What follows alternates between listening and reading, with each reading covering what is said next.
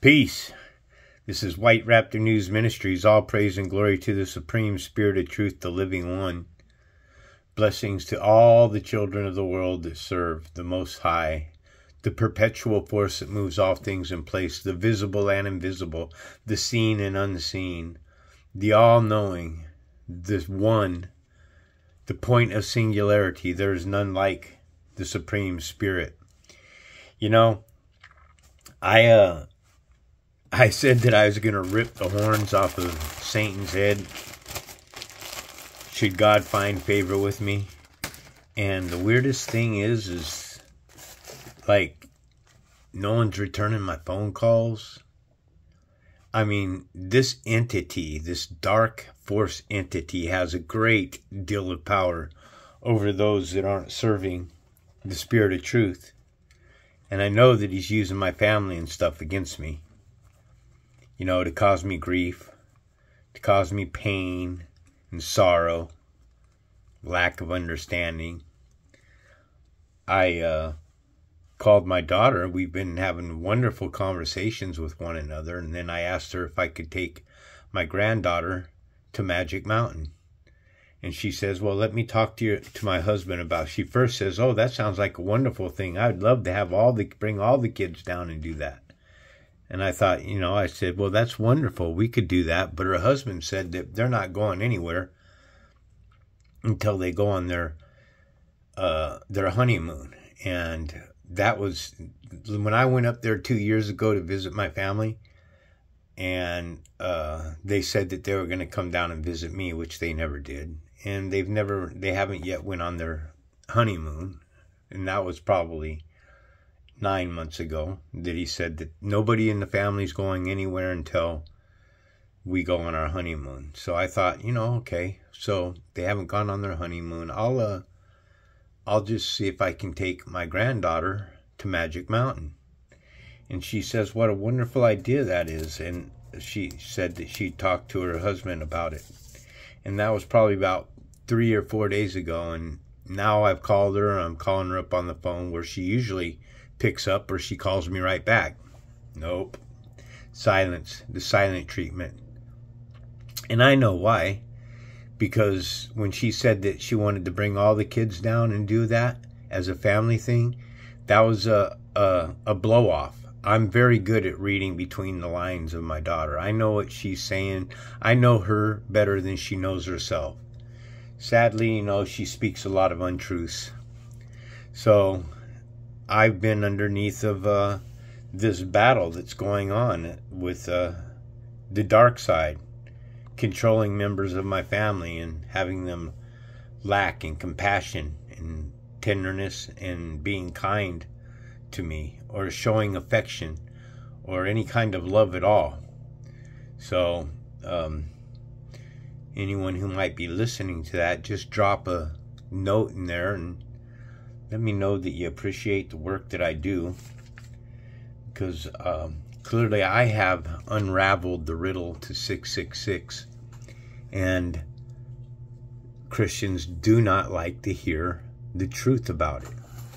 They like to hear everything about 666 until it starts pointing to the gods of this realm, until it starts pointing to mankind, and then they shun off. Literally, I should have tens of thousands of subscribers, but the slave masters, the CEOs, those people that I say that, you know, God will impel their heads on walls, the Supreme Creator, not the gods of this world, but in the end, they are going to get theirs. Ever since that I've been talking about AI and telling people to boycott the AI, and not listen to videos where you have an AI that's talking to you, especially the AIs that are talking to you about religion or spirituality. It's a freaking machine, people. Wake up. A machine can't teach you about God, and they have more people giving them likes, and I know that it's all bullshit. I know for a fact that I'm getting likes because people tell me all the time, hey, I tried giving you a like the other day. You know, I know that my content is being shadow banned. I know that people are viewing my content, but I'm not getting anything back. And it's harsh. It's harsh because I put so much time and effort into bringing this content to not know if it's reaching people. It's like 2, 3 people.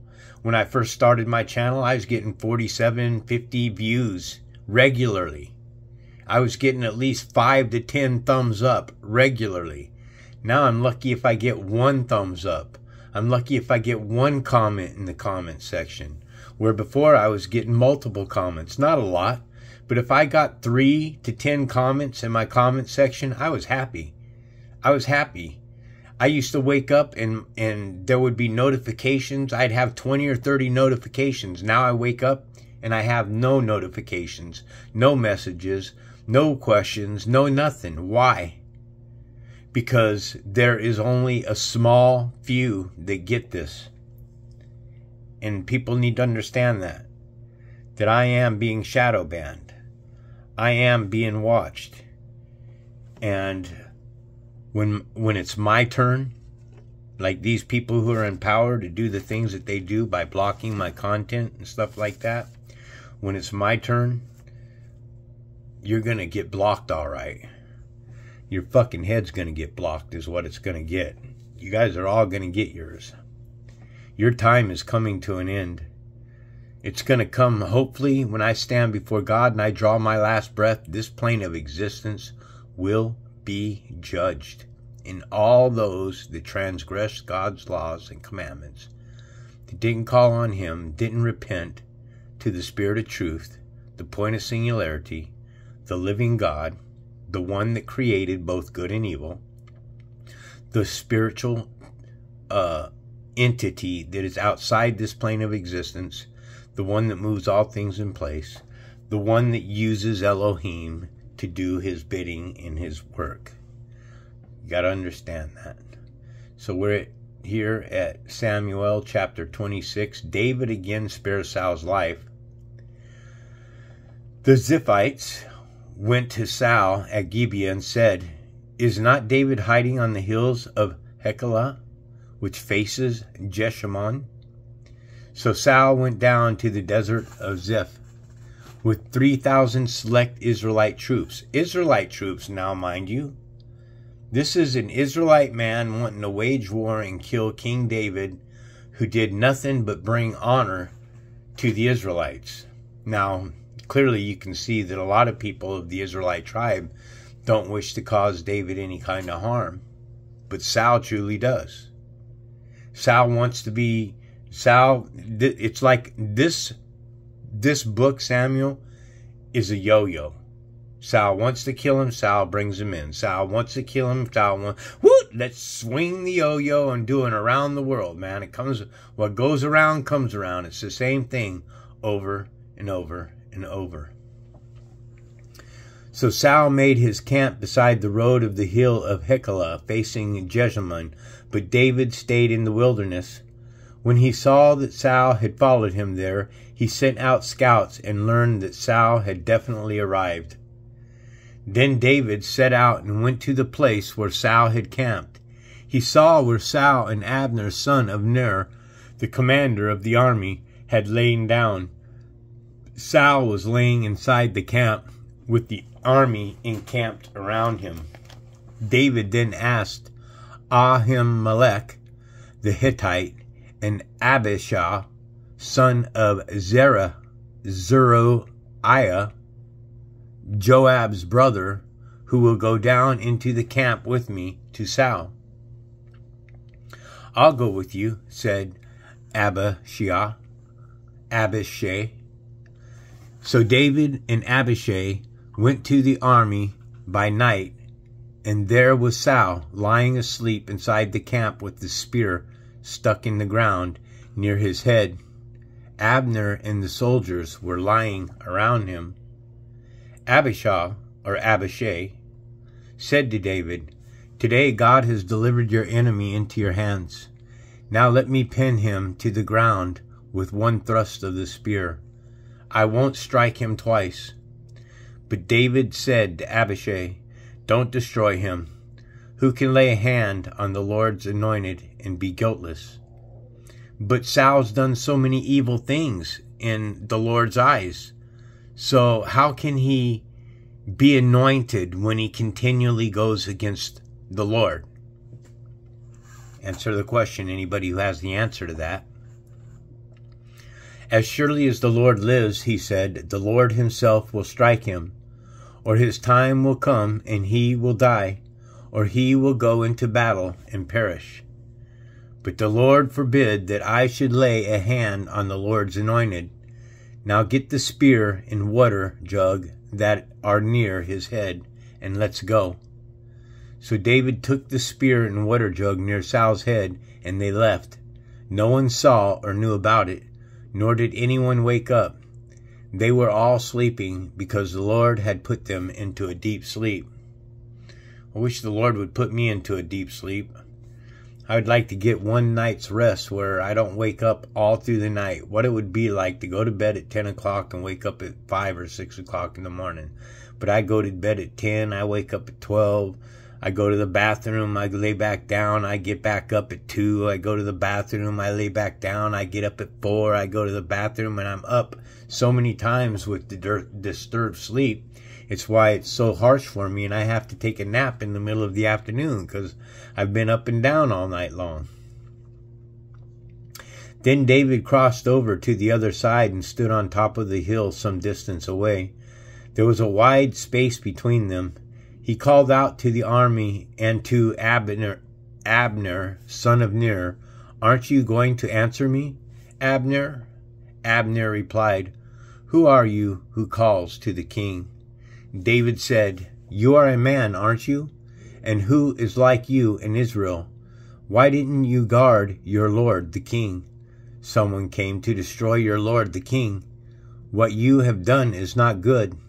As surely as the Lord lives, you and your men must die, because you did not guard your master, the Lord anointed. Look around you. Where are the king's spears and water jugs that were near his head?" Yeah, and wouldn't you think that Saul as a king would have sentries posted, awake and on guard outside his tent? Huh? It doesn't make sense that everybody around would be sleeping. That's kind of like a fairy tale to me, because armies have sentries that protect their generals, that protect their kings. So that doesn't really make any sense to me, that there wouldn't be sentries outside of the tents.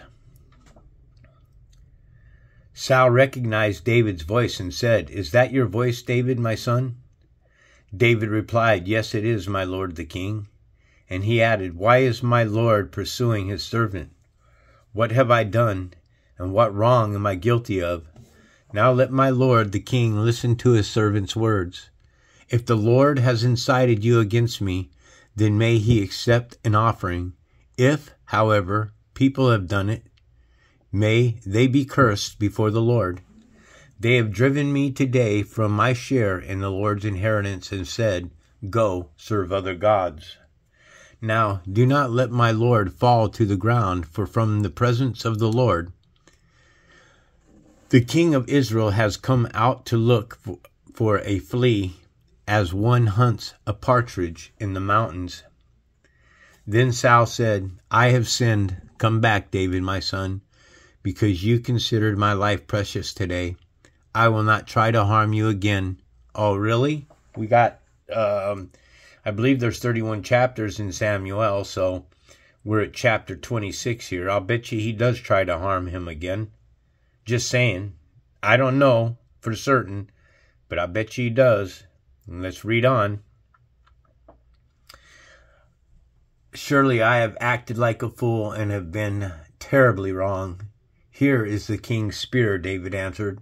"Let one of your young men come over and get it. The Lord rewards everyone for their righteousness and faithfulness. The Lord delivered you into my hands today, but I would not lay a hand on the Lord's anointed. As surely as I am valued your life today, so may the Lord value my life and deliver me from all trouble." Then Saul said to David, "May you be blessed, David my son. You will do great things and surely triumph. So David went on his way, and Saul returned home. All praise and glory to the Supreme Spirit of Truth. This is White Raptor News Ministries.